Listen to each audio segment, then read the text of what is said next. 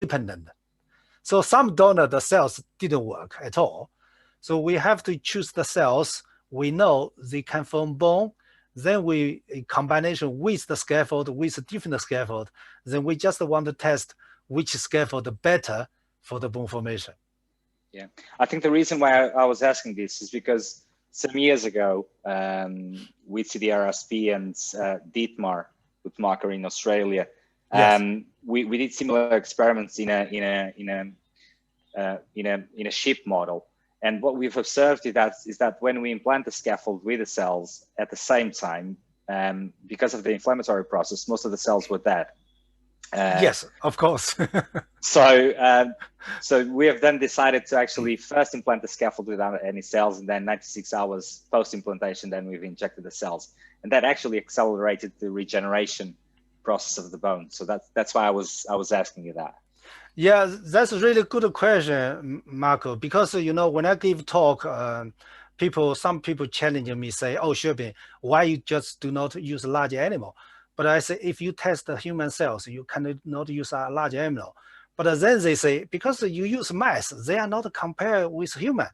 But how you can say your result, you know, can translate to clinical? But what I say is, you know, when you look at the animal model, people presume you can have one model for everything. That's wrong.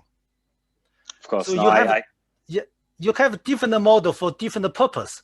For example, if you want to test the human cells performance, you use small animal. If you want to test the mechanical strength of your 3D scaffold, yes, large animal. In that time, no human cell, isn't it? For example, when you use a shape model, you do not bother to look at the cells. You just look at the mechanical performance of your scaffold. That's you don't need to worry, isn't it? Absolutely. You know, and I think that kind of leads to my second question. So I agree with you. Very often we see in many publications that very nice CT scans are shown that kind of indicate that bone is remodeled. My question is, in your studies in vivo, when you get your explants from the regenerated bone, besides looking at the morphology of the regenerated bone, have you also had the opportunity to look at the mechanical properties of the regenerated bone and compare that with non-affected or damaged bone in the same model? No, we have not reached that stage. The reason for that is, for example, I always believe the bone tissue engineering is about, because bone tissue is a dynamic process. For example, we want to test the feasibility in the early stage. Then we will look at the longer term remodeling and the strength, isn't it? Most of our research is within the 2 months, maximum 3 months. We have not reached that far. If you want to look at the longer term strengths, like what we can do, the 3-point testing, how strong, where the broken is. But because like the image I show you, when we have the scaffold in the defect area, we know that's still the most weak part. If you try break, definitely from where they are, will broken again. So that's why we didn't test the mechanical strength of that. And also, probably when you look at the literature, people talk about the strength of the bone. But in fact, when we do tissue engineering bone, we do not want a very strong at the beginning, because if they form compact bone very quickly, they will stop them from a large amount. So in clinical situation, when we do the bone graft, you guess what? We never take the compact bone from bone graft. We always take the spongy bone, then we do bone graft.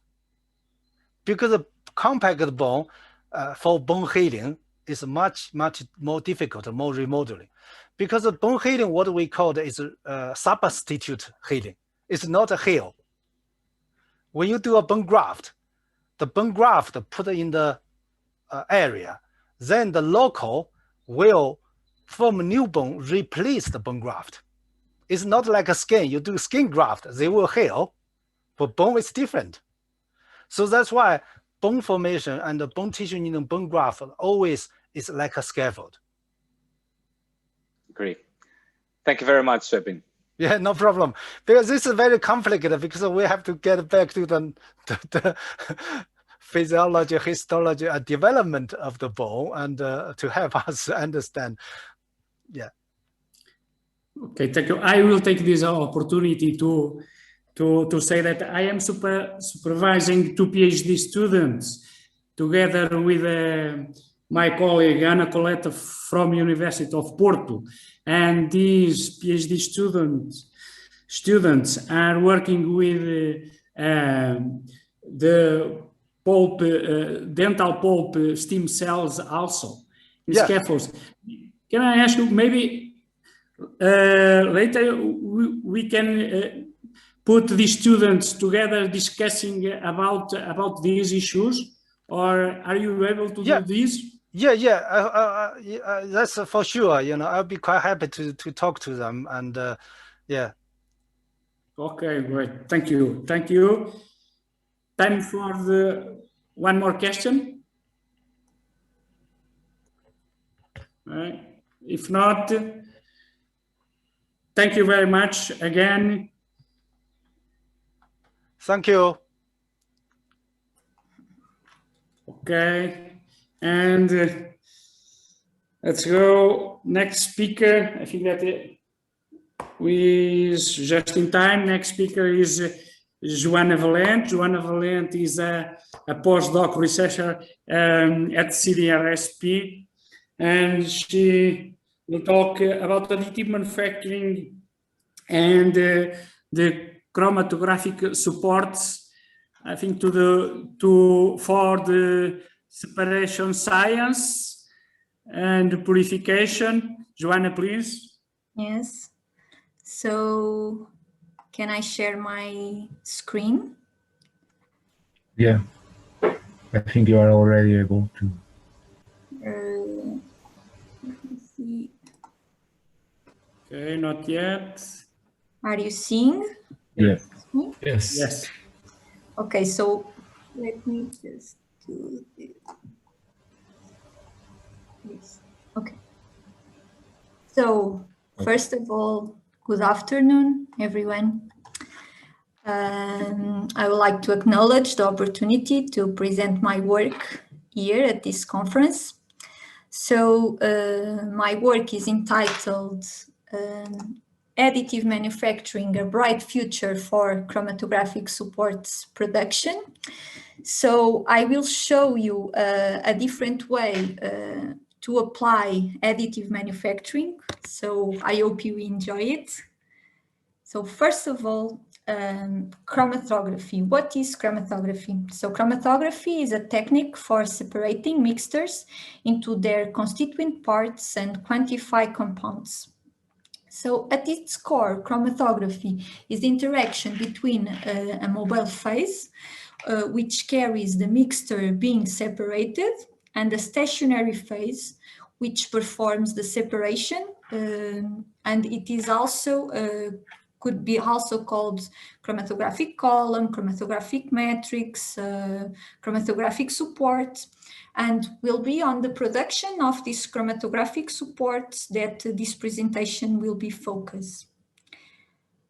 So, chromatography involves lots of money, and usually the most used chromatographic supports are based on microparticulated materials, monoliths, or membranes.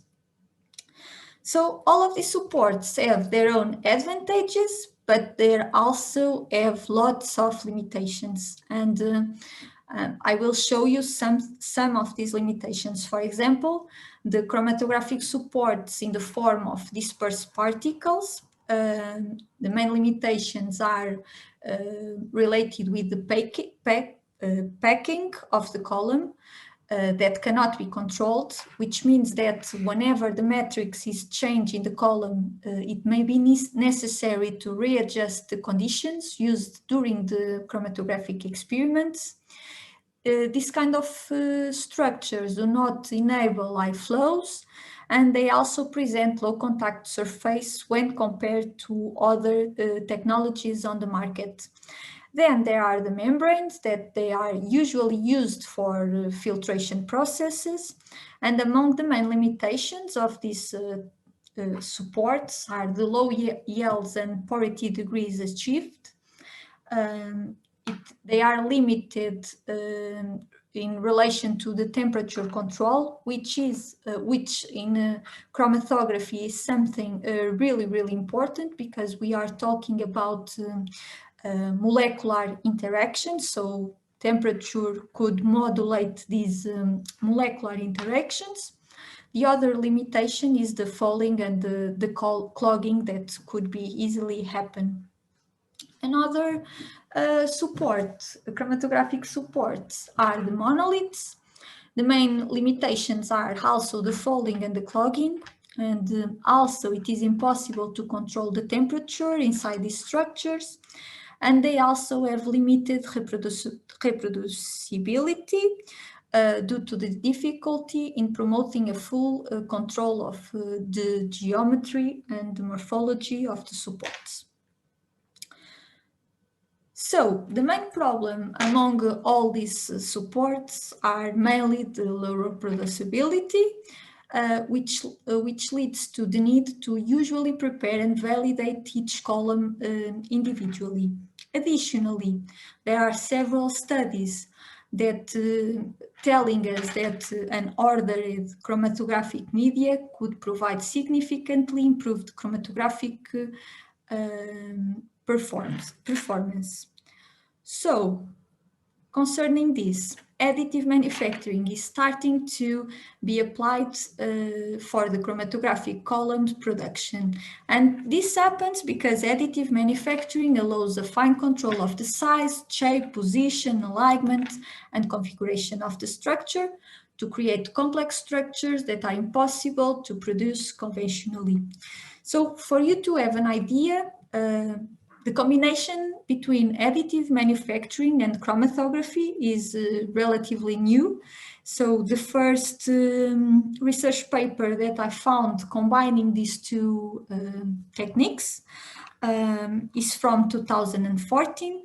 And also, for you to have an idea, I think that there are more or less 25 papers related to these fields and the combination of these two techniques across these years, and maybe among this amount of papers, 7 are review papers. So this is really starting, and this is kind of new.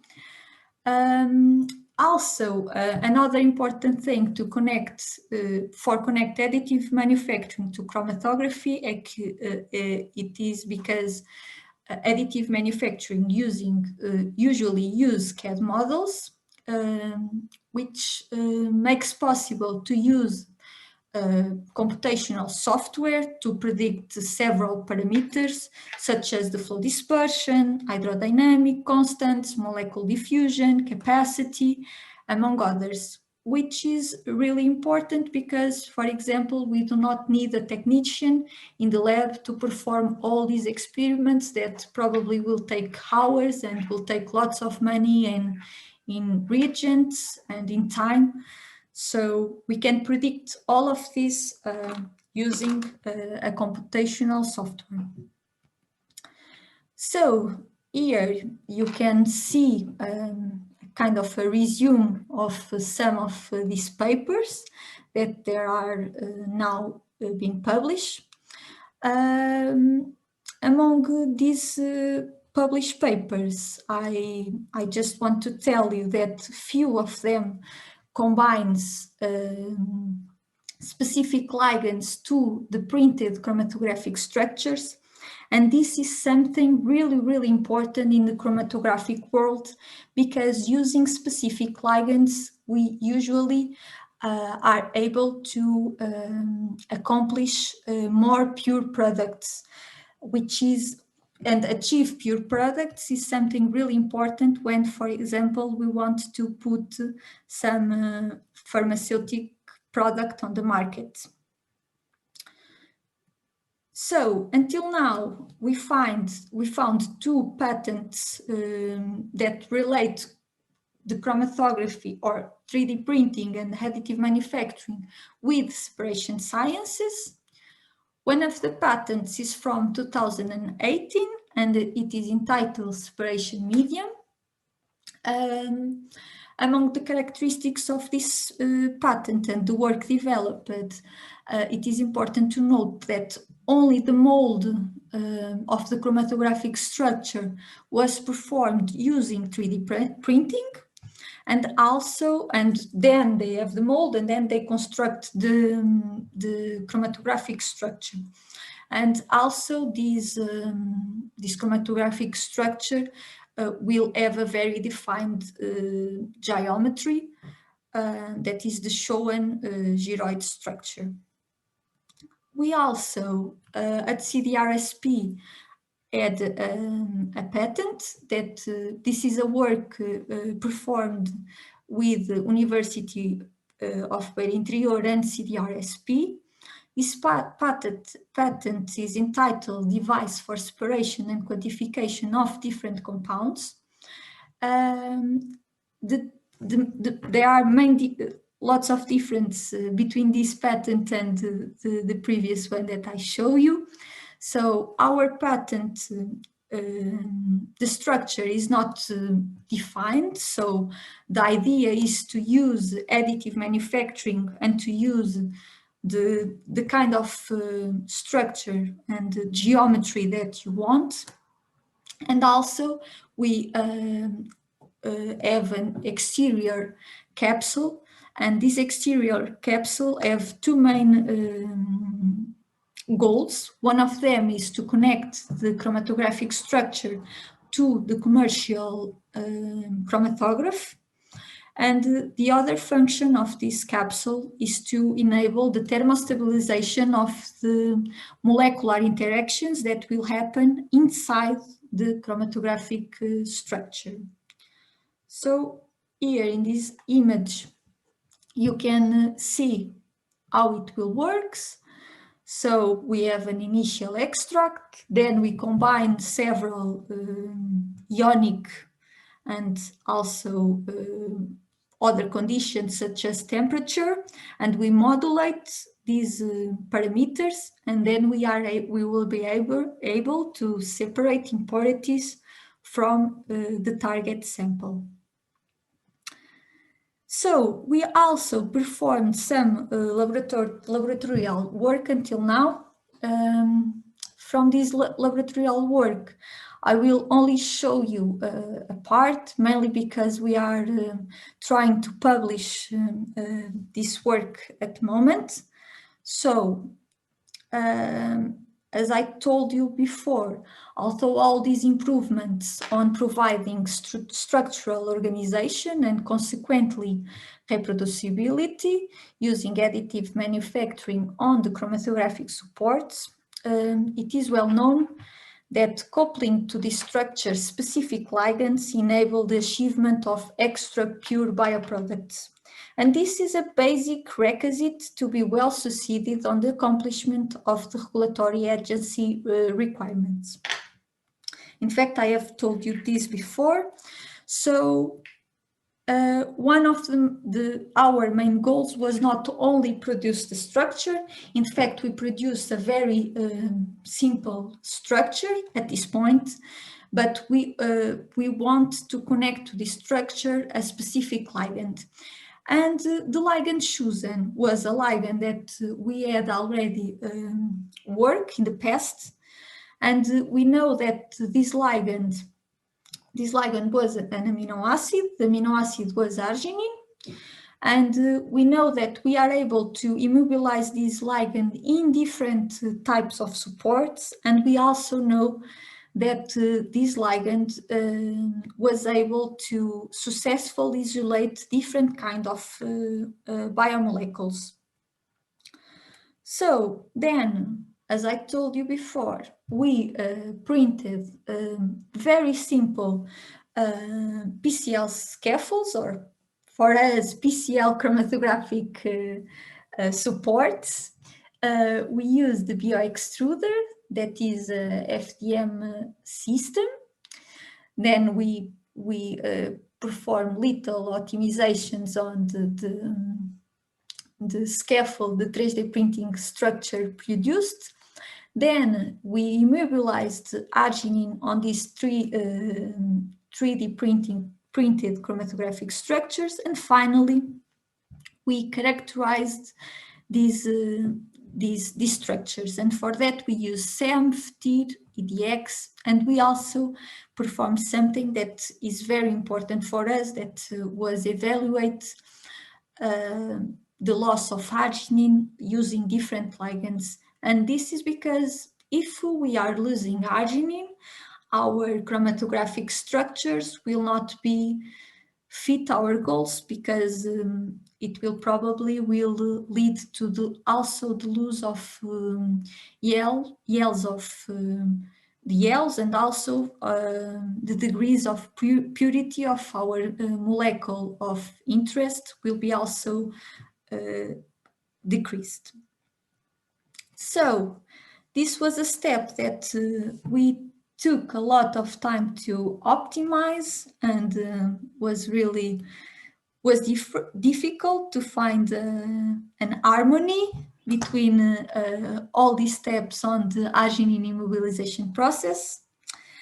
So after we find this harmony, we will try to see if arginine was really connected to our chromatographic support. So we did different tests. I will not explain the FTIR, but through the FTIR we understand that in the end we have arginine linkage to the surface of our chromatographic structure. We also did EDX, and we found something really important for us, that was that our immobilization process does not only work on the surface, but also in the interior layer of the 3D printed chromatographic supports. And this is really, really important for us, because the mainly molecular interactions during the chromatographic run will happen inside the chromatographic structure. So this was a really good result for us.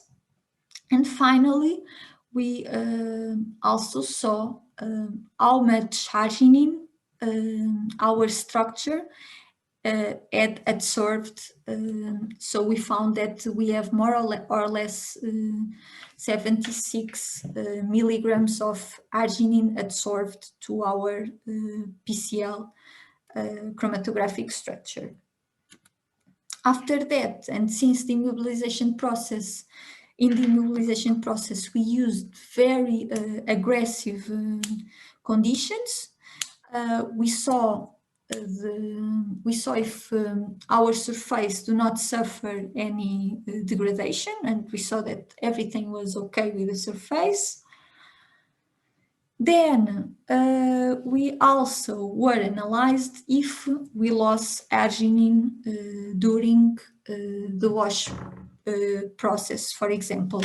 And this is important because the amount of arginine that I showed you before was the amount that was absorbed really after the immobilization process. So we also know that probably will be arginine inside the pores that are not really absorbed to the chromatographic structure surface. So we performed some washes, and with these washes steps, we saw that in the first step we lose a lot of arginine. However, we also had good results, because in the second and in the third washing steps, we find that we almost do not lose arginine. Another thing that we also studied was the loss of arginine using different buffers. And these buffers were chosen having into account the buffers that we know that we usually use with this kind of ligand during a chromatographic run. So, and we also use very extreme conditions. So we saw that The worst scenario was when we applied sodium hydroxide. And even in this case, we do not find that it was very problematic, because in this case, sodium hydroxide is usually used for the most aggressive washings that we need to do. And this is something that we do very few times during the lifetime of the chromatographic support. So concerning this, as I told you, we did other tests with, we also tested different biomolecules to see, we tested pDNA to see if it adsorbs to our ligand and to our whole structure. And so we did a lot of other studies, but I will not show you. But the main conclusions that we found from the work that I show you was that we were able to produce PCl chromatographic structures. Arginine was successfully immobilized on the surface and the interior of the PCl structure, which was something really important for us. The surface integrity of the 3D printed chromatographic structures remains intact after the immobilization process. And also during the first watch step, 20 milligrams of the initial immobilized arginine are lost. However, in the following steps, regardless the buffer study, the arginine lost is residual. So concerning all of these, we have several future works that we want to do. And one of them is to measure the biomolecules adsorption to the structure. As I told you, we also tested pDNA, and we saw that the structure adsorbs the pDNA, which is good. We also want to link the 3D printed chromatographic structure to a commercial chromatograph. And this is really important because it's the only way that we have to full control the ionic conditions inside the chromatographic structure. And is the only way that we have to be able to isolate specific biomolecules. Another thing that we want to use is to use complex lysates or complex samples and study the behavior of these 3D printed chromatographic structures. We also want to isolate the supercoiled plasmid DNA using the produced structures. And obviously, since this is a new work and very few explored, we also want to study other biomolecules as ligands. We want to study different materials as bulk for the bulk of the chromatographic structure. We want to study different structure designs, printing methodologies, ligands, among others.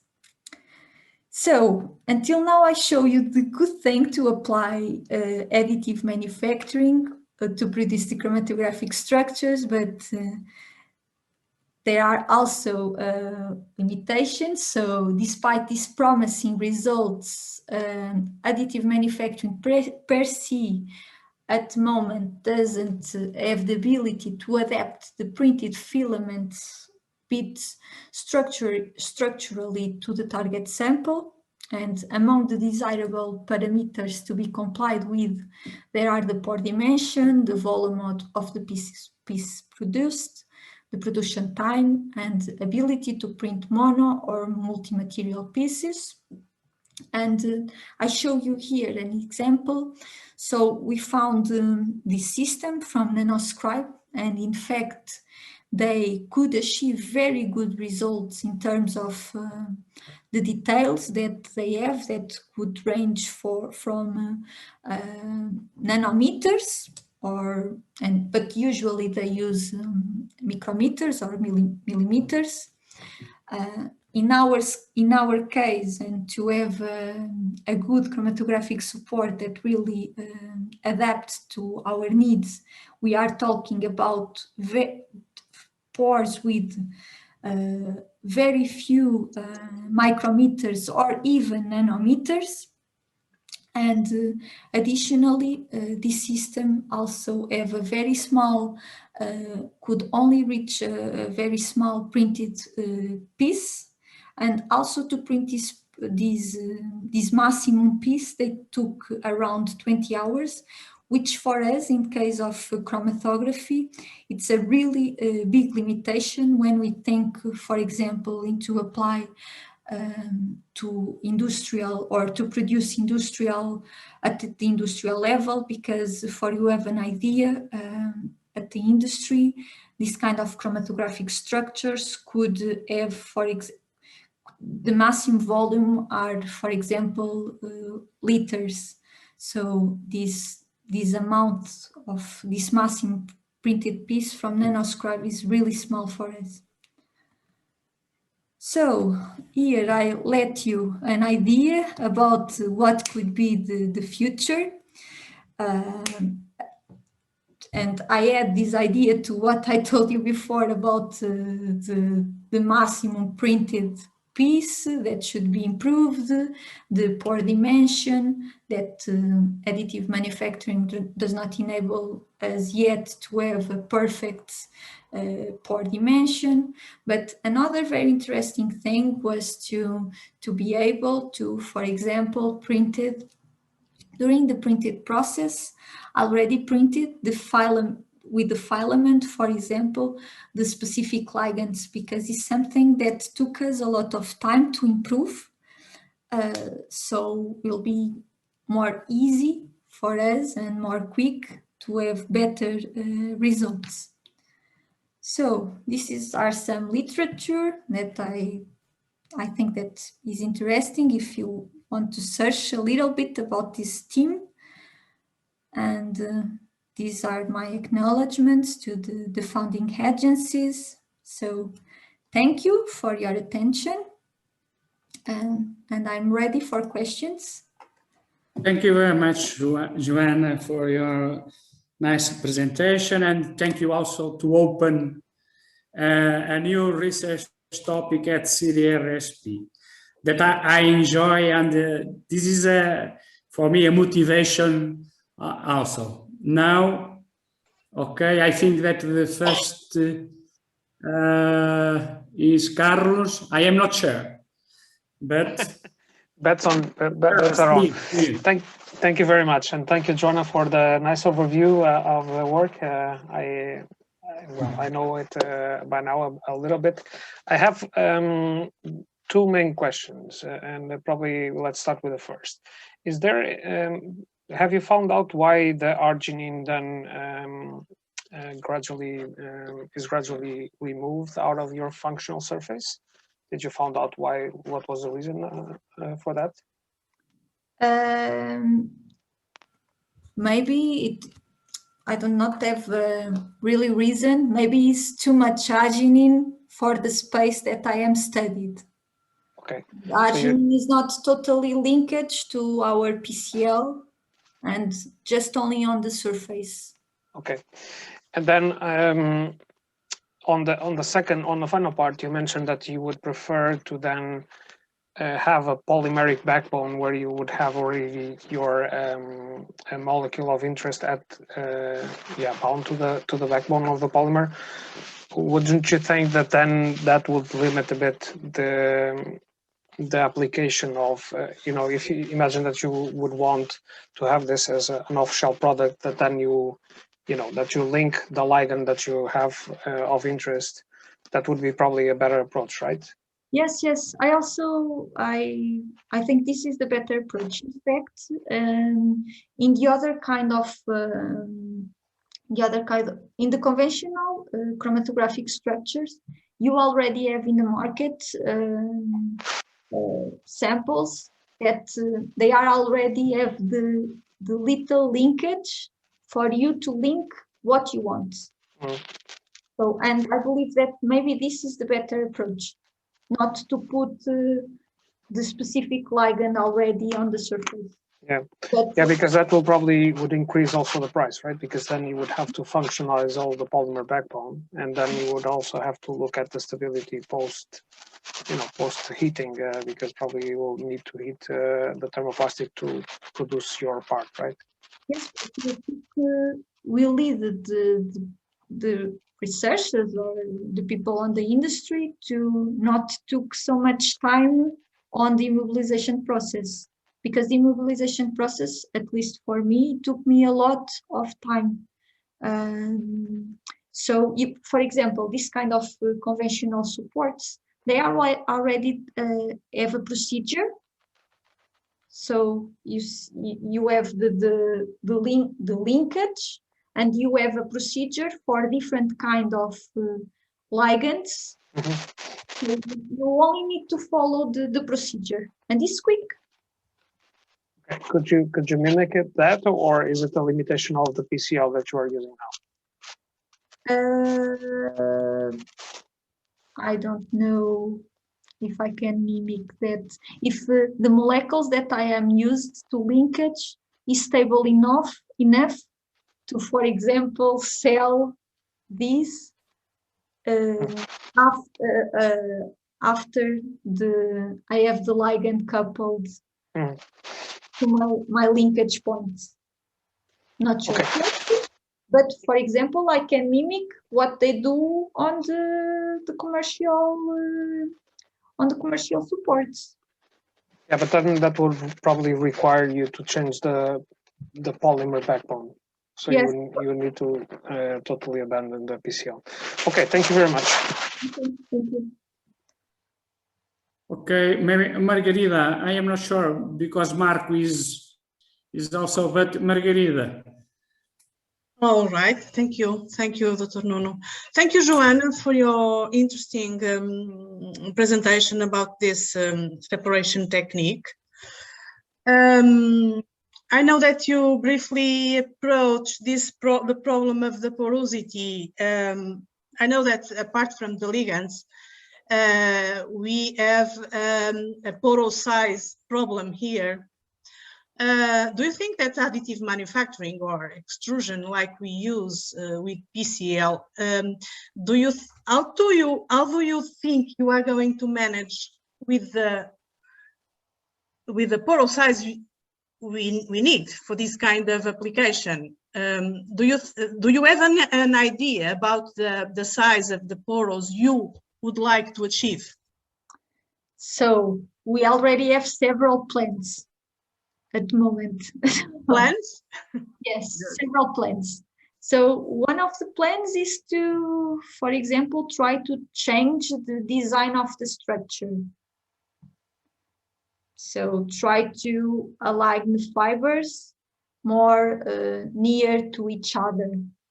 Mm-hmm. Then try to reduce the pore. Mm-hmm. Other idea is to use other techniques, and for print the chromatographic structures, and then we have other idea that in fact we have a project submitted right now that is trying to use more than one additive manufacturing technique at the same time, and with this combination of techniques we will try to reduce the pore size, but this will be difficult. What is the dimension of the would you expect to achieve? Or so the dream would be nano. Yes, tell us, please. Dream will be the nanometers. Mm-hmm. For you to have an idea, pDNA molecule. I talk a lot about pDNA because it was a molecule that I used during my PhD. But we can think about other like proteins, antibodies, or they even need to be biomolecules. They could be only molecules. But for example, pDNA, the size could range about 150 or 200 nanometers. So imagine if we have 500 nanometers of pore dimension, will be very suitable because in the same amount of space, we will have a lot more contact surface. So we will have more space to molecules to adhere and to improve our yields, for example. So this is the goal, but this will be very difficult to be achieved. If achievable. Okay, that's the problem, I think. Okay, thank you, Joana, again. Thank you, Margarida. Thank you, Margarida, because we are delayed, sorry. But to give the opportunity to Mark, please, if Thanks, Nuno. Thanks, Joana, for the very interesting presentation. It's just kind of a follow-up question from what Margarida has asked you. I just wanted to try and understand why, or what was the rationale for the use of fused apposition modeling to create these chromatographic support structures. And I know that you've got plans in the future. Have you considered using other techniques that allow you to get a much better resolution, like light-assisted systems, like stereolithography? And the other, not a question, but maybe a comment. I would probably not exclude completely the nanoscribe system, because it's actually the only system that will allow you to create internal structures at the scale that you want. Maybe not with the overall dimensions, but there's also always the possibility, and we've been doing that with our system here, that you can create multiple components that you can then assemble and use as a sacrificial molding to create the final structures that you want at the scale that you want, both internally as well as externally. So I just thought you could probably comment on that. So concerning the nanoscribe, I have a lot of good things. When the first time that I saw the system and all of that, I thought maybe this is the solution for us. But then I talked with a commercial guy, and in fact, they have the potential to be awesome in this field, but they are not there yet, you know. But in fact, additive manufacturing in the globality is not yet already to produce functional chromatographic structures. But this is maybe also because we are in the beginning of using this technique for this application. Imagine what happens with, for example, additive manufacturing and tissue engineering lots of years ago. And imagine how the additive manufacturing adapt to tissue engineering right now.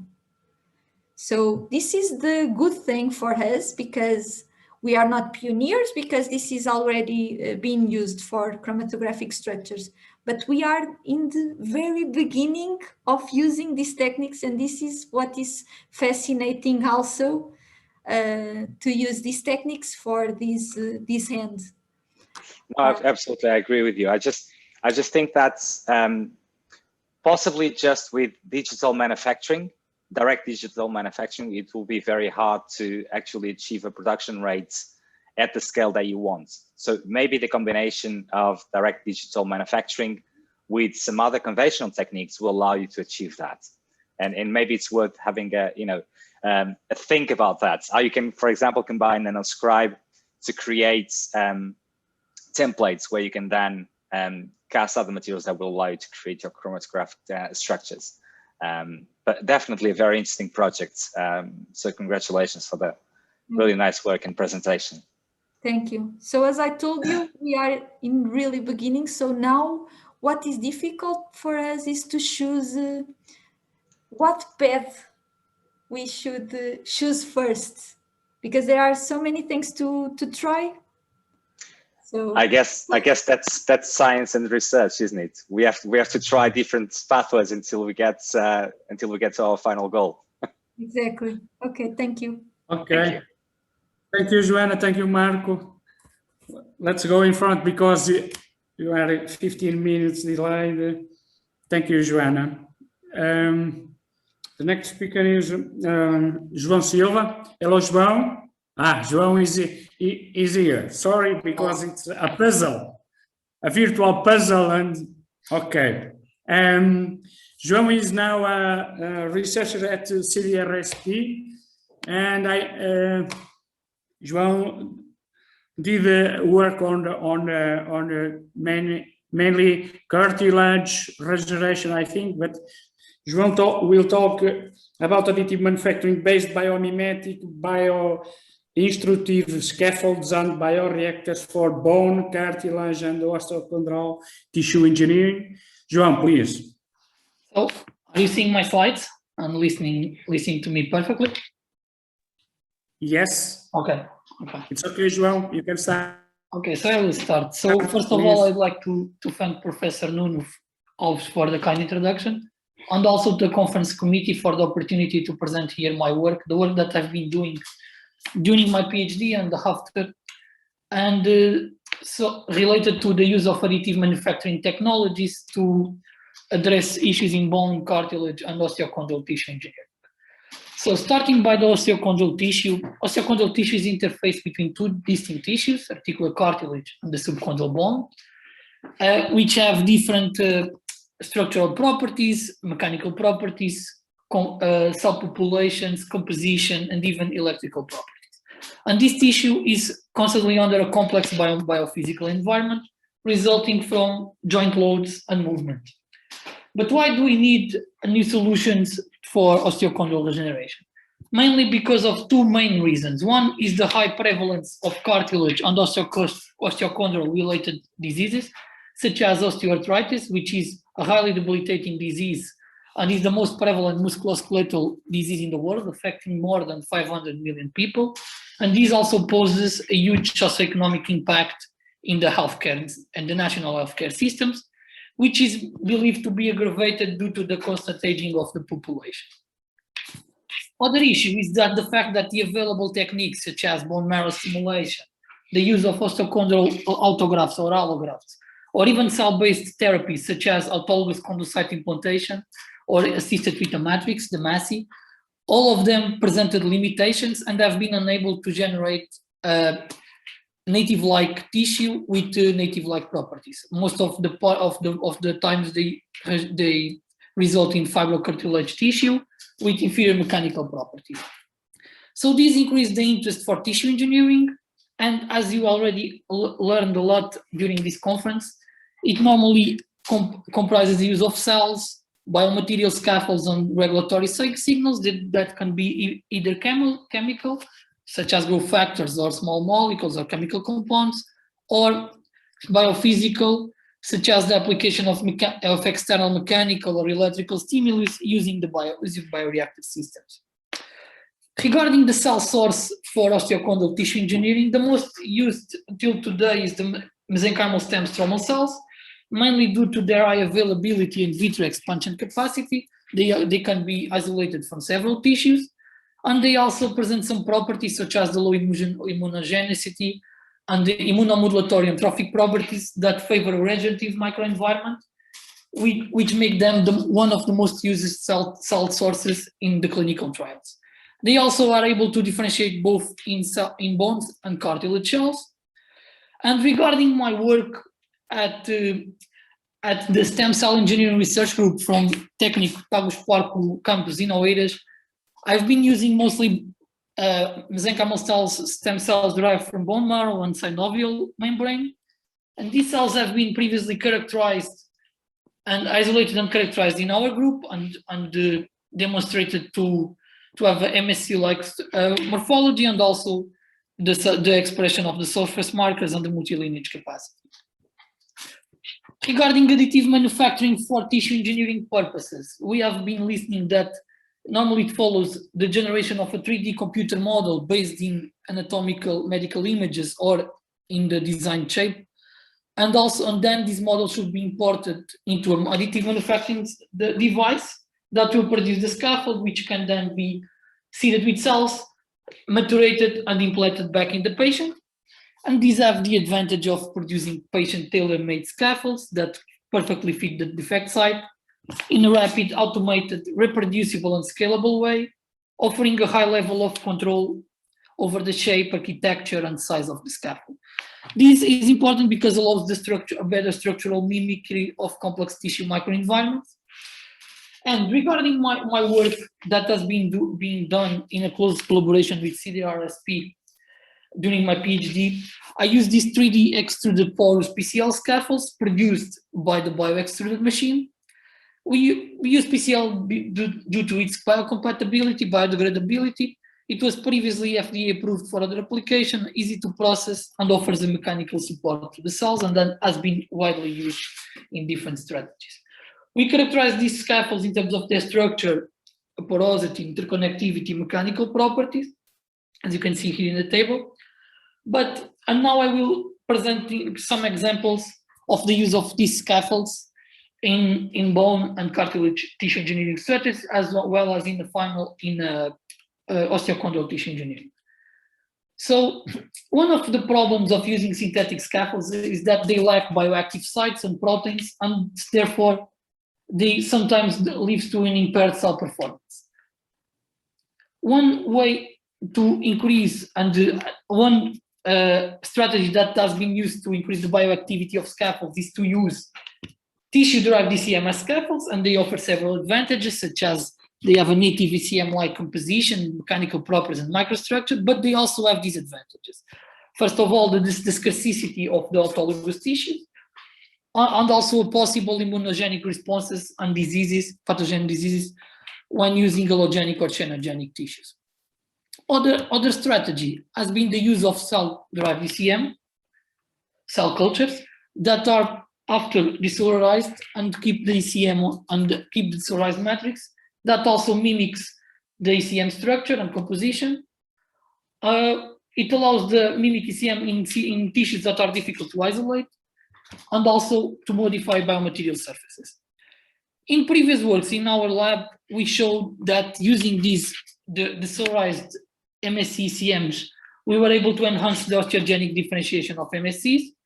However, when thinking in the repair of bone defects, these 2D-like structures are insufficient to offer mechanical support. So we thought about two different strategies regarding bone tissue engineering to combine the ECM with polymeric scaffolds to offer both bioinstructive signals while also providing mechanical support. One strategy was the incorporation of cell-derived ECM powders into PCL fibers. Other one was the in situ production, decoration of cell-derived ECM in 3D PCL scaffolds. Sorry. I will be focused more on the second one because of the scope of the conference, but briefly, just to mention how do we did these fibers. We decellularized the cells from both MSCs, endothelial cells, and the co-culture, and obtain the ECM in plates. Then we collect this ECM and freeze dry it to obtain powders. And these powders were mixed with the electrospinning solutions and the electrospine. Then we use these fibers to culture MSCs and evaluate their osteogenic potential. Regarding summarizing the main results, we observed that the co-culture condition, having an ECM from MSCs and endothelial cells, were able to produce fibers that supported more the osteogenic differentiation and the proliferation, and we believe this is because of a closer mimicking of the native bone ECM tissue. And here we saw image of the fibers with the ECM fragments on the surface. Regarding the strategy of decorating the PCL scaffolds, this was thought to be completely compliant with a patient-tailored approach, in which we can have, as already discussed in this conference, scan the bone defect, produce the scaffold by 3D printing, then decorate the scaffold with autologous cell-derived ECM, allogenic also, but if you want an autologous approach, it can be autologous, culture cells, and implant back in the patient. In our study, the strategy that we did, we seeded the cells for 14 days to allow the population of all scaffold, populate all the scaffold, and then we decellularized. We got the scaffold with the ECM fragments, and we seeded again with cells and tested the potential of the scaffold to enhance osteogenic differentiation, both under osteogenic medium and basal medium conditions. Regarding the scaffold characterization, we are able to see that the cells were distributed throughout the scaffold, but after the cellularization, almost no cells were remained, and we were able to observe the presence of ECM-like proteins such as fibronectin and laminin. Using SEM and elemental analysis, we observed the presence of ECM on top of the fibers of the scaffold, and also by using elemental analysis, we observed the peak of nitrogen that is not present in the pristine scaffold. And testing these scaffolds, we saw that both under basal and osteogenic conditions, when the scaffolds were decorated with ECM, we observed an enhancement in the cell proliferation. Also, when culturing these cells under osteogenic condition, the scaffold containing ECM promoted a much more calcium production than the one without ECM.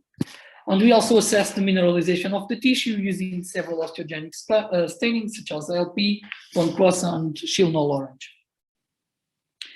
Also, using SEM, we observed the presence of mineral nodules in both osteogenic conditions, but also some mineral nodules in the ECM condition under basal medium. We also observed the presence of calcium in the final tissue contrast under osteogenic conditions. Finally, by RT-PCR, we are able to see that just the presence of the ECM was able to enhance the expression of collagen type 1 and HONX2 in values similar to the ones under osteogenic conditions, and also with both scaffolds under osteogenic conditions, the condition that has decorated ECM presented a much more expression of osteopontin osteogenic marker, and so do we prove that these ECM decorated scaffolds were good to favor the osteogenic differentiation of MSC. In a different study regarding cartilage tissue engineering, we look into the native cartilage ECM, and we know that it's composed mainly by type 2 collagen and by aggrecan. Aggrecan, that is a proteoglycan with the core protein and with the glycosaminoglycan chains that are linear polysaccharides that have known bioactivity and known to affect several cellular processes such as proliferation and differentiation. And regarding cartilage, predominant ones and the ones with the more known activity are the conducting sulfate and hyaluronic acid. So we followed the strategy to use where we compare both bone marrow MSCs and synovial MSCs seeded on 3D scaffolds, all of these under hypoxic environment that is known to favor, and was shown by us and by our group and others, to favor MSC proliferation and chondrogenic differentiation. And we used GAGs as biochemical cues, and with concentrations based on physiological values report for healthy human knee. And we expected this to increase the chondrogenic capacity of MSCs through a closer mimicry of cartilage biochemical niche. We addressed this in two manuscripts, one resulting from the PhD of Carlo Mora, that was a student from CDRSP that worked with me, and then with another study in a follow-up study during my PhD. We observed that the GAG supplementation had no major effect on cell proliferation, but when using hyaluronic acid, it promoted a much more GAG production. Also, looking by the gene expression analysis, we observed that GAG supplementation enhanced significantly, particularly with hyaluronic acid, enhanced significantly the expression of collagen type 1, while down-regulating collagen type 2. And while for bone marrow MSCs, we observed some tissue hypertrophy, this was not observed when using synovial-derived MSCs. We then characterize the final tissues histologically to assess the cell distribution and the presence of proteoglycans and glycosaminoglycans, and also for the presence of main cartilage components such as collagen type 2 and aggrecan. And by TEM analysis, we were able to observe that both under GAG supplementation, we are able to observe a ECM that contained collagen fibers, as we can see here in the images in the black house. So we can conclude that GAG supplementation, particularly with hyaluronic acid, enhanced the chondrogenic differentiation, and that using synovial mesenchymal stem cells, we could obtain a tissue with reduced hypertrophy. And we should also, in follow-up studies, assess the expression of collagen type 10 by immunohistochemical analysis. So in a different study, we also use additive manufacturing techniques to produce a bioreactor able to promote the chondrogenic differentiation. For this, we were based on the fact that in the literature, several studies report the influence of fluid-induced shear stress in MSC fate, particularly in the MSC chondrogenic differentiation. And then we thought that by recapitulating some native cartilage mechanical cues in vitro, we could generate an improved strategy. This additive manufacturing based bioreactor strategy has several advantages, such as the hypothesis of producing simultaneous the fabrication and the simultaneous the bioreactor and the scaffold in a customizable, cost-effective, versatile, and easily scalable way, and also compliant with personalized tissue engineering strategies. And the results of this work we published in this paper that I will summarize here some. So here is the CAD models of the bioreactor that we printed. The bioreactor was printed in ABS with a working volume of 25 ml, allows to harbor 6 scaffolds, and also allow the perfusion and gas transfer. We did a simple computation fluid dynamic analysis to address the fluid distribution within the bioreactor and also at the scaffold surface. And then we performed some in vitro culture studies. We did a pre-culture stage to allow the whole scaffold to be populated with cells, and then we promoted the chondrogenic differentiation under either perfusion or non-perfusion conditions. We saw that the perfusion did not affect the cell proliferation, and also we monitored by metabolite analysis the glucose, the concentration to see if the low values were not reached, and also the lactate production to see if and we observed that the inhibitory levels were never reached. So then, importantly, we observed that the scaffolds culture under perfusion lead to a higher production of GAGs, cartilage, a main component of cartilage ECM, which was also observed under histology and immunohistochemistry analysis, particularly when in the perfused bioreactor we see a much more distributed presence of aggrecan in comparison to the only small points in the non-perfused bioreactor. We also observed that by gene expression that the perfused constructs presented a higher expression of chondrogenic markers and also a lower expression of hypertrophic marker collagen 10 when compared to the non-perfused ones. Finally, in the final study, in which we tried to develop a hierarchical 3-layer scaffold concept, we tried to combine different techniques, such as the scaffold that we produce by extrusion, with a hydrogel, a GAG-based hydrogel, and also aligned fibers, aligned PCL gelatin fibers, to try to mimic the structure, the native structure of the osteochondral tissue. And we think that this scaffold has potential for the regeneration of full thickness defect or osteochondral defects, and also, and probably first, as a more reliable in vitro platform for disease modeling and the drug screening. So here are just some pictures of the bilayer scaffold where I deposit the hydrogel on top of the PCL scaffold and then the assembled scaffold. Here a picture with the 3 layers and also with the same picture showing also the 3 layers. And for the assembly of a cell-laden scaffold, we first seed the cells in both the PCL scaffold and the fibers, then, and let the cells to adhere. Then we encapsulate the cells in the hydrogel, and at the right time of gelation, we deposit the cells on top of the PCL scaffold, and then we add the fibers layer to generate the final 3-layered scaffold. We follow also in this study, in this preliminary study, we follow a deep dependent cell density to try to increase the biomimicry of our tissue, of our final tissue. And performing some preliminary in vitro studies, we saw that after 21 days of culture, the scaffold maintained a nearly intact structure. And also, in comparison to the individual layers of the scaffold, we were able to see that it promoted metabolic activity, GAG production, and also the expression of chondrogenic markers.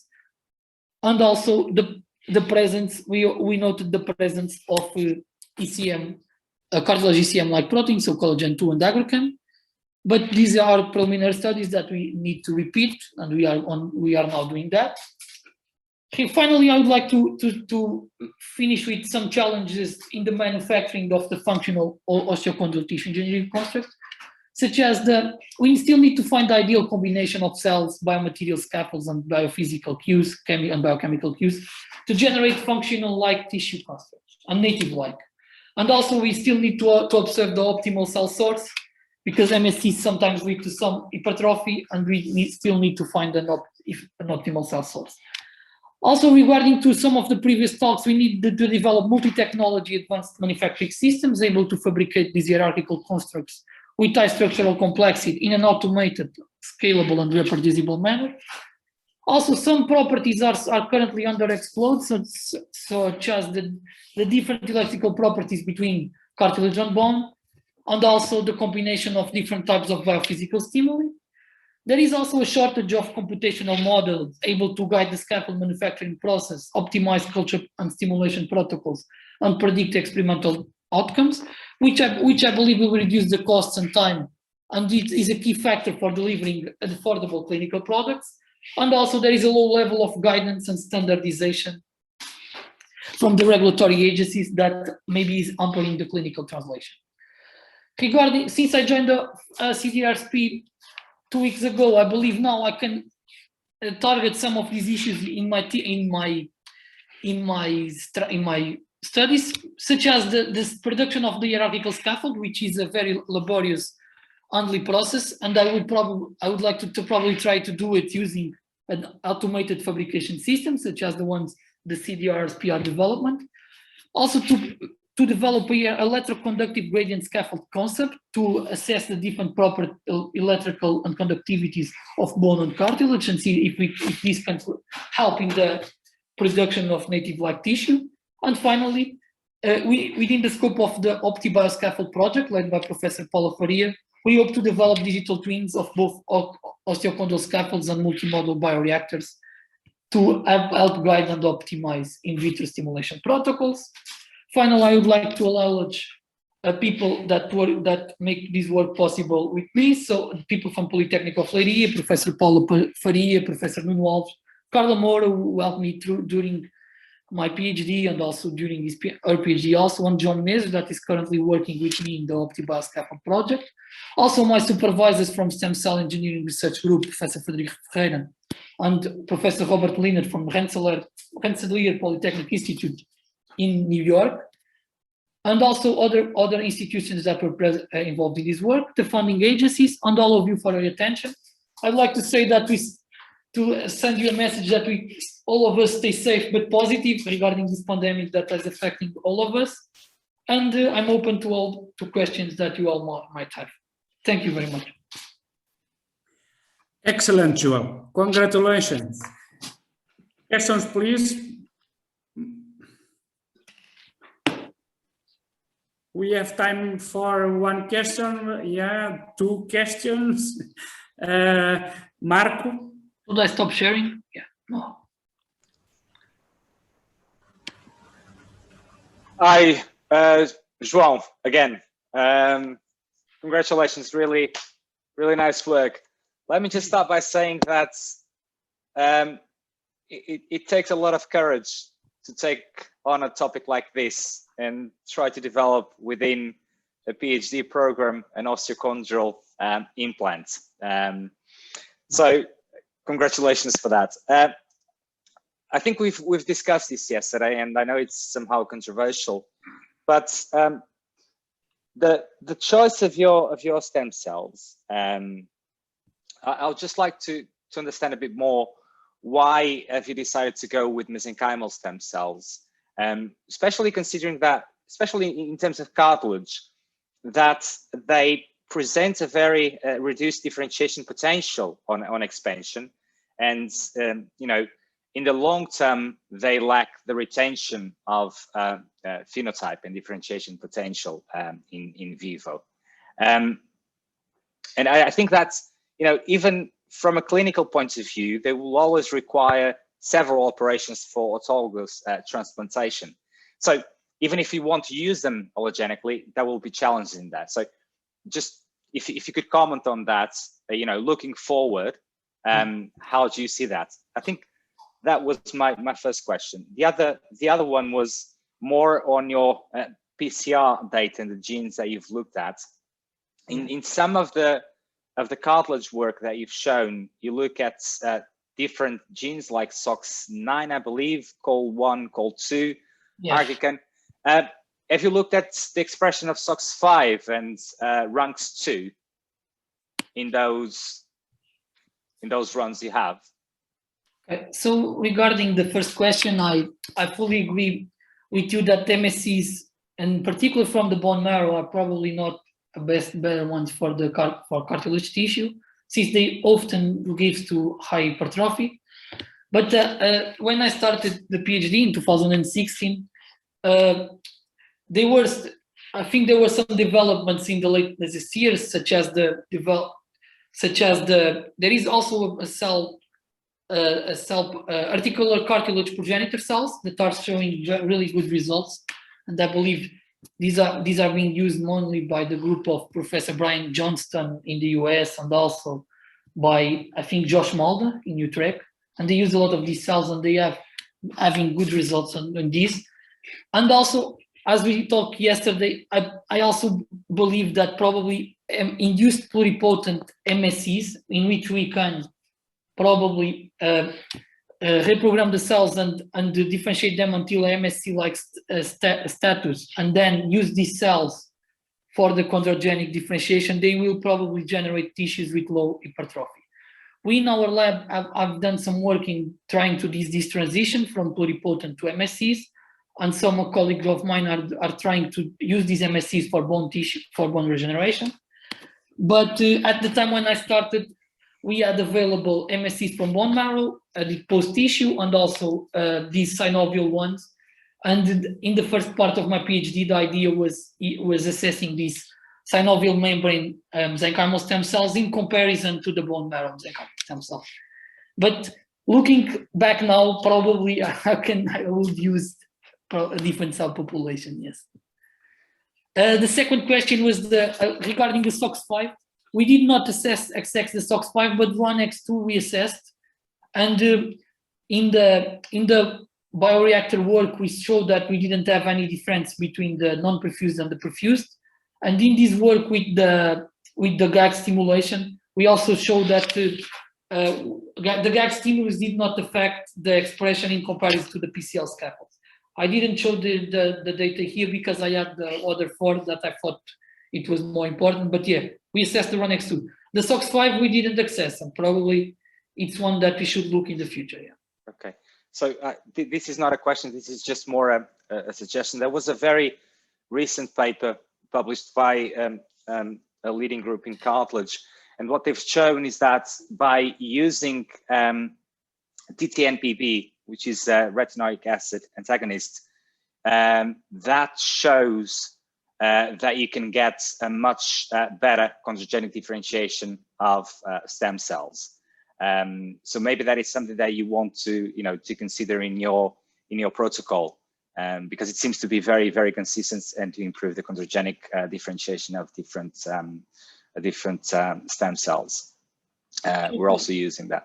Thank you. I have to look into that in detail, but yeah, it's a good idea. This is already used for other differentiation protocols, but for chondrogenics, it's not so known. So I will look to that. Yeah. Thank you very much for the suggestion. Thanks, Carol, and good luck. Thanks.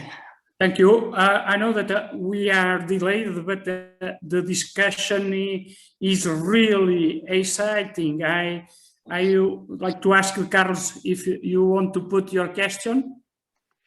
Well, maybe in a short, trying to get a short answer. So on your last construct, you are combining 3D printed different hydrogels, electrospinning. So you have a lot of conditions in there. So have you given a thought of, is this really necessary, and where you want to take this because if you have to bring it to the clinics, you have gelatin, you have PCL, you have hyaluronic acid, you have all the cells in there.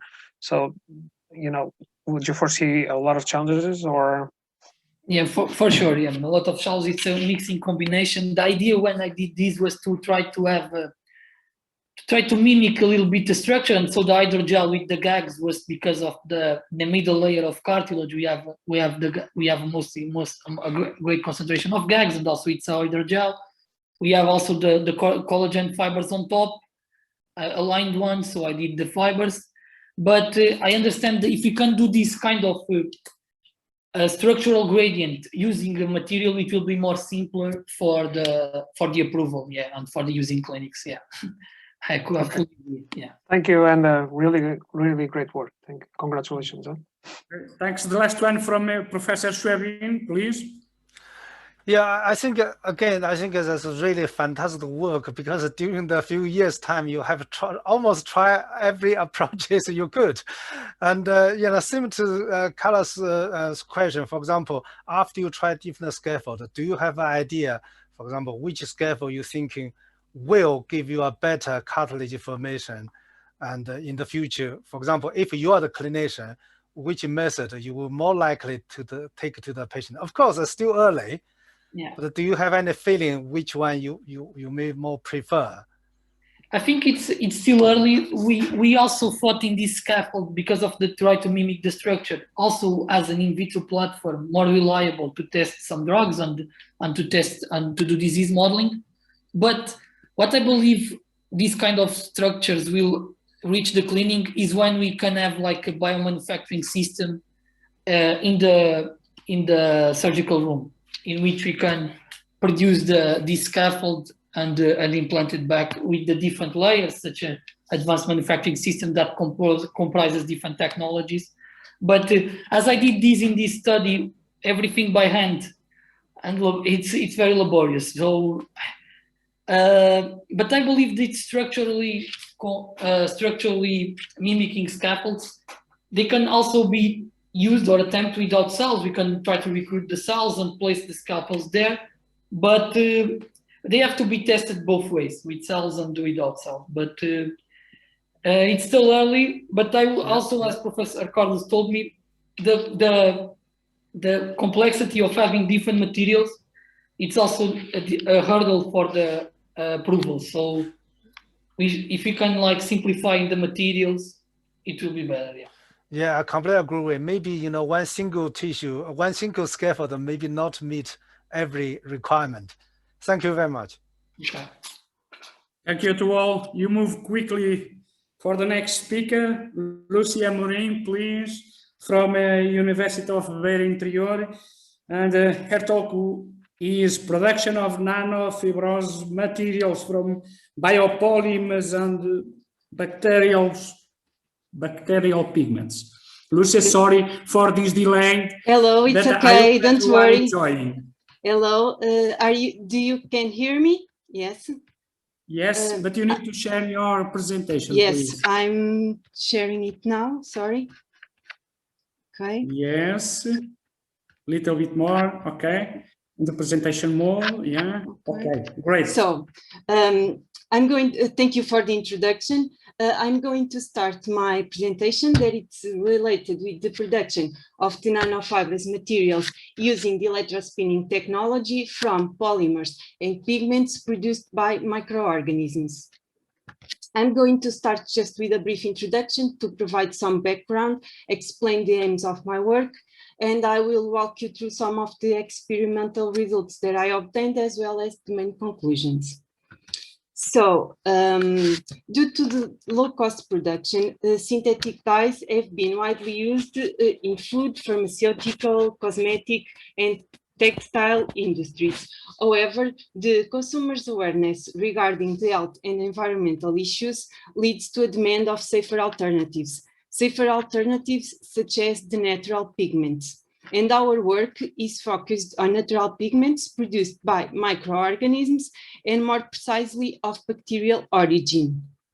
These natural pigments exhibit several desirable features to replace synthetic dyes, which also includes the wide range of colors that can be obtained.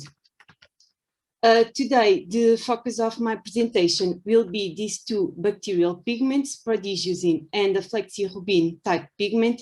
Both of these pigments can be produced by several bacterial species. In our work, pradygiosine was produced by Serratia plemutica and flexirubin was produced by Chrysobacterium gigens. Both of these pigments also exhibit several interesting bioactivities that we decided to explore. Additionally, microorganisms are often called microbial factories due to their ability to produce a wide range of interesting bioproducts, not only the pigments. Under controlled and optimized conditions, they are able to produce, for example, biopolymers such as kefirine and bacterial cellulose, which have the potential to replace synthetic and oil-derived polymers. Bacterial cellulose is very similar to plant cellulose regarding the chemical structure. However, it possesses superior physical, chemical, and biological properties, making it a very useful material to be used in several fields where plant cellulose could hardly be used. We produced bacterial cellulose using a symbiotic association of yeasts and bacteria from the kombucha beverage. We used glucose as the carbon source and an infusion of black and green tea as the nitrogen source. After more or less 7 days, we have a fully formed bacterial cellulose pellicle that we can recover and wash for further use.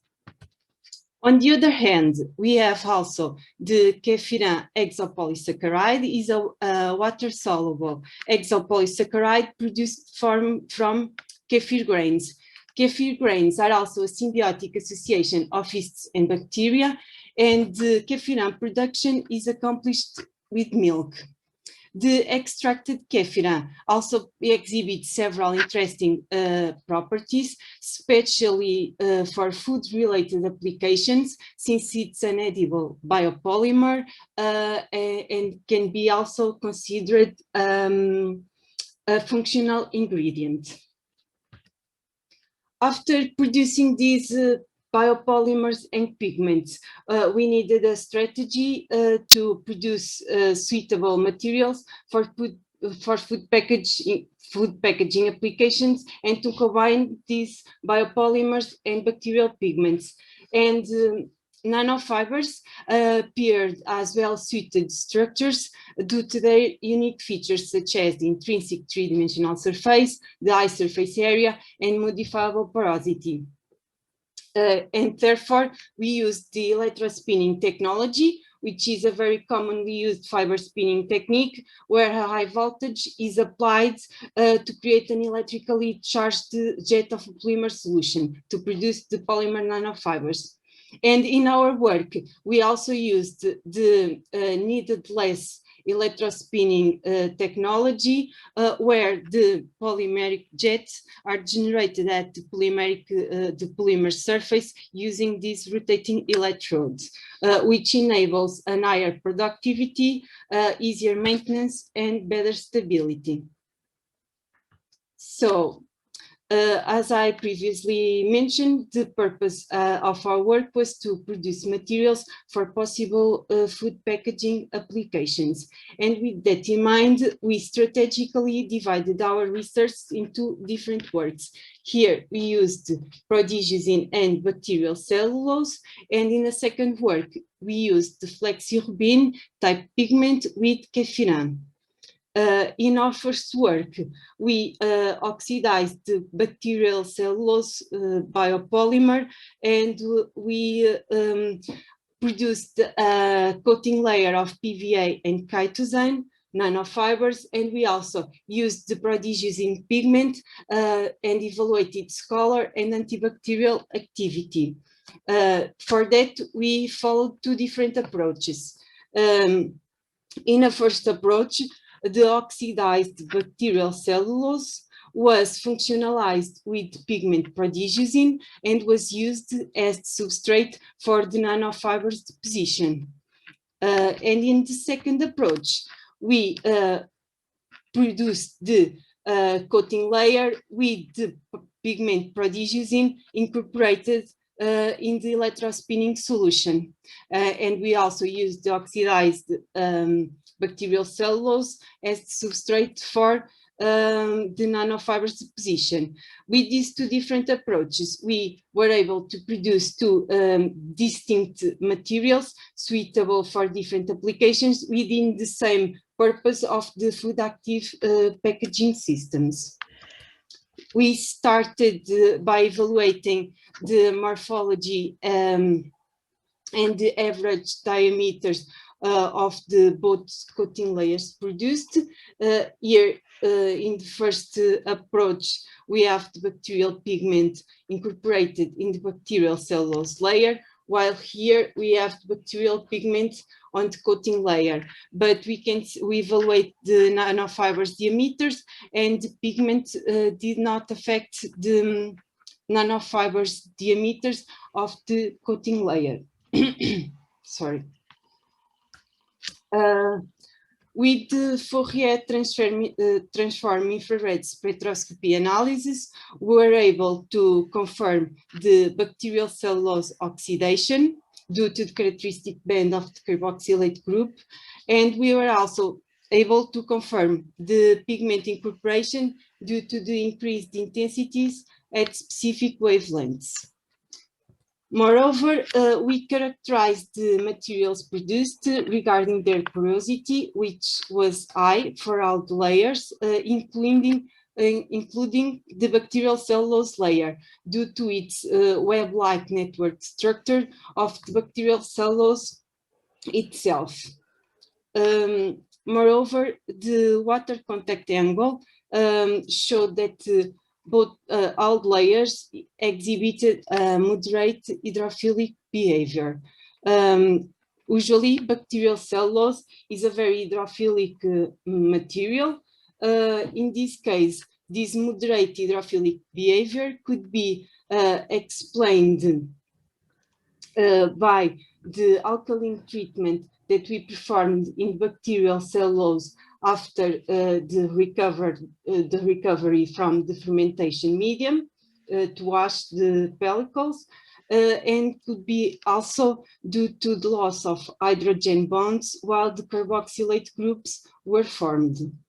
Moreover, the prodigiosin pigment incorporation in each layer did not affect the layer's water contact angle or the porosity of the layers. I'm sorry. The water vapor transmission rate is an important parameter for food packaging materials evaluation, and both layers produced exhibited a high value of water vapor transmission rate, more suitable for packaging of respiring fresh products to control moisture evaporation. We also evaluated the color of the produced materials where the bacterial pigment was incorporated, and the KS value indicates the color strength. The depth of the color was much higher when the prodigiosin pigment was incorporated in the bacterial cellulose layer. These differences could be explained by the different procedures used for the pigment incorporation, as well as the different temperatures also used and the higher surface area.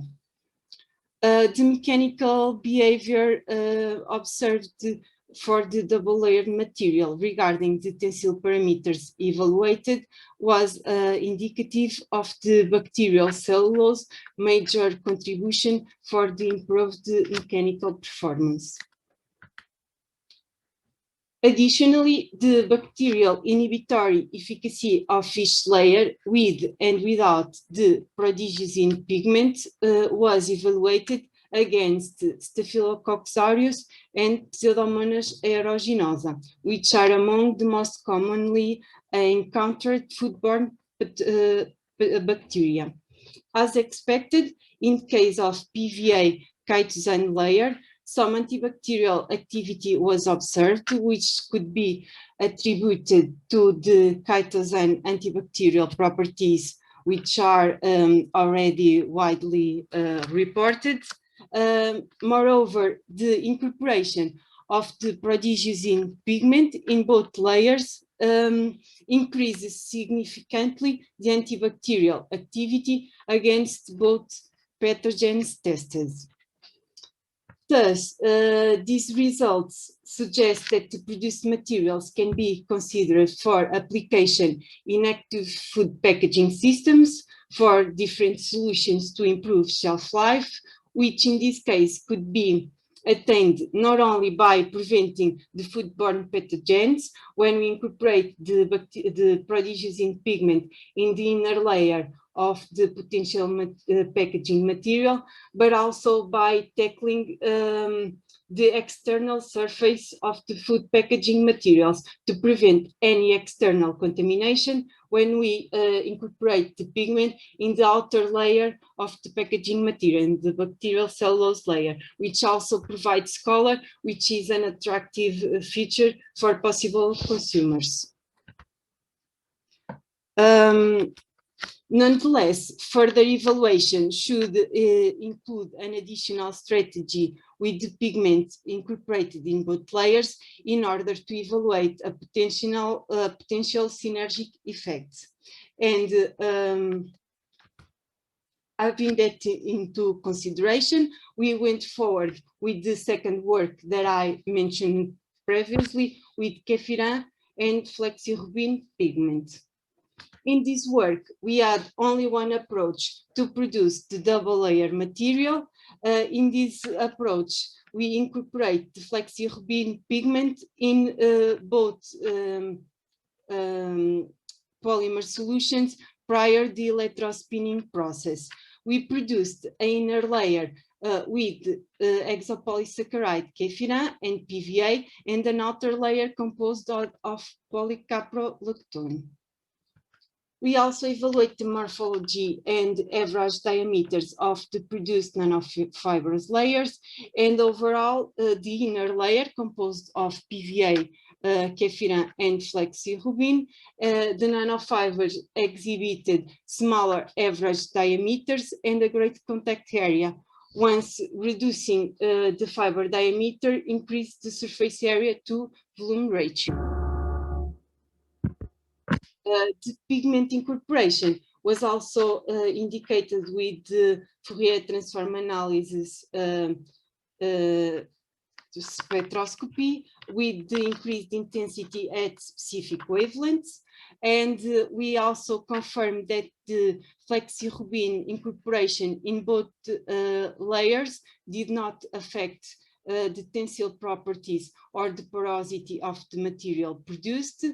And similarly to the previous results, the previous work that I showed you, an high value of water vapor transmission rate was also obtained, indicating the suitability of these materials more towards fresh produce.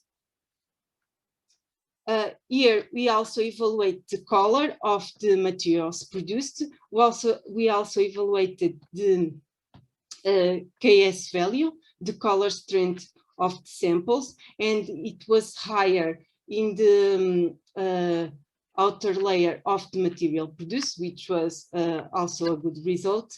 But this could be to the presence of the organic solvents used in the polymer solution that we use to fabricate this layer in the electrospinning process, as opposed to the presence of distilled water in the PVA Kefira polymer solution. Additionally, we also evaluated the colorimetric parameters of the sample with L, A, and B values. These colorimetric parameters are somewhat like the three-dimensional X, Y, and Z coordinates of color. You can see here in this image, for example, an A positive value indicates the redness of the samples. An A negative value will indicate the greenness of the samples. A B positive value will indicate the yellowness of the samples, and you can see here a high B positive value for both samples, which was higher in sample with the highest color strength.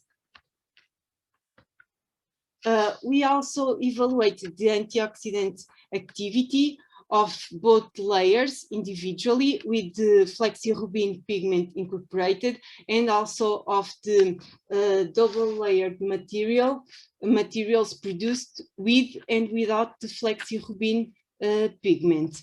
And we can see here that the exopolysaccharide Kefira also contributed with an increased antioxidant activity, but when we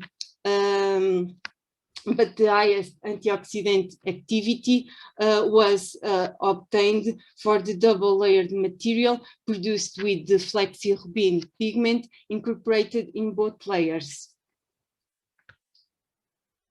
Taking into account the results obtained along this work, namely the water vapor transmission rate and the suitability of the materials towards fresh produce, as well as its antioxidant potential, we evaluated the usefulness of these electrospoon materials as an active food packaging material on the oxidation of apple slices. We evaluated the change in lightness in apples covered with the electrospoon materials, and we can see here that the best result, or meaning that the lowest change in lightness was observed when the apple slices were covered with the double layered material. This could be attributed to the presence of the antioxidants in this material, the flexirubin pigment, and also the Kefira exopolysaccharide, but also due to the nanofibrous materials acting as an oxygen barrier on the apple slices.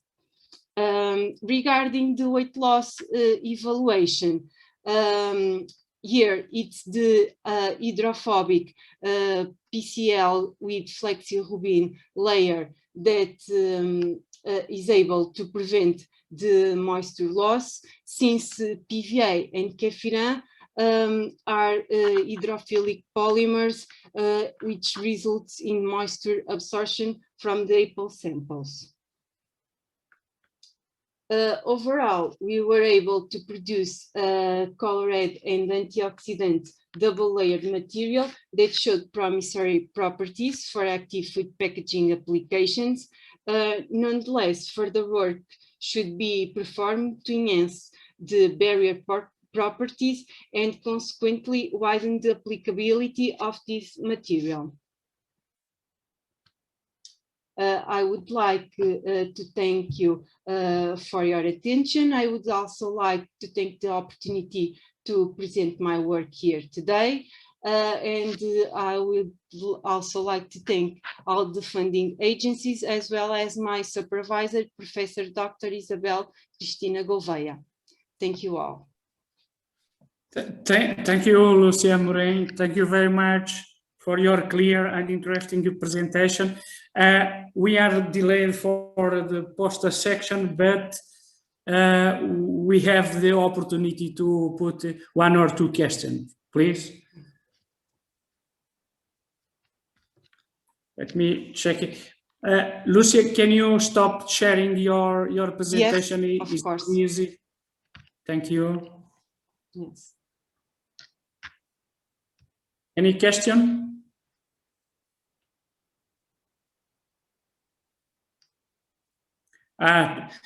Professor Geoffrey, yes, please. In the part you showed towards the end where you coated the apples with that to prevent the browning of the apple. Yes. Were you able to, or have you done any taste tests? Oh no, I didn't think about it, but of course it would be an interesting assessment to make, because sometimes what happens with other antioxidant agents, namely the essential oils, it's that they will alter the tasting properties of foods, and that's not a desirable effect. We didn't test it yet, but I think it will be a nice assessment that we'll need to do in the future before going further with this type of material. Thank you. Thank you for the question.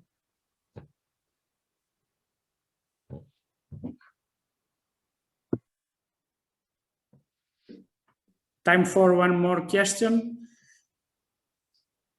Comment? No? Okay, thank you. Thank you, Lucia Morais. Thank you for the opportunity.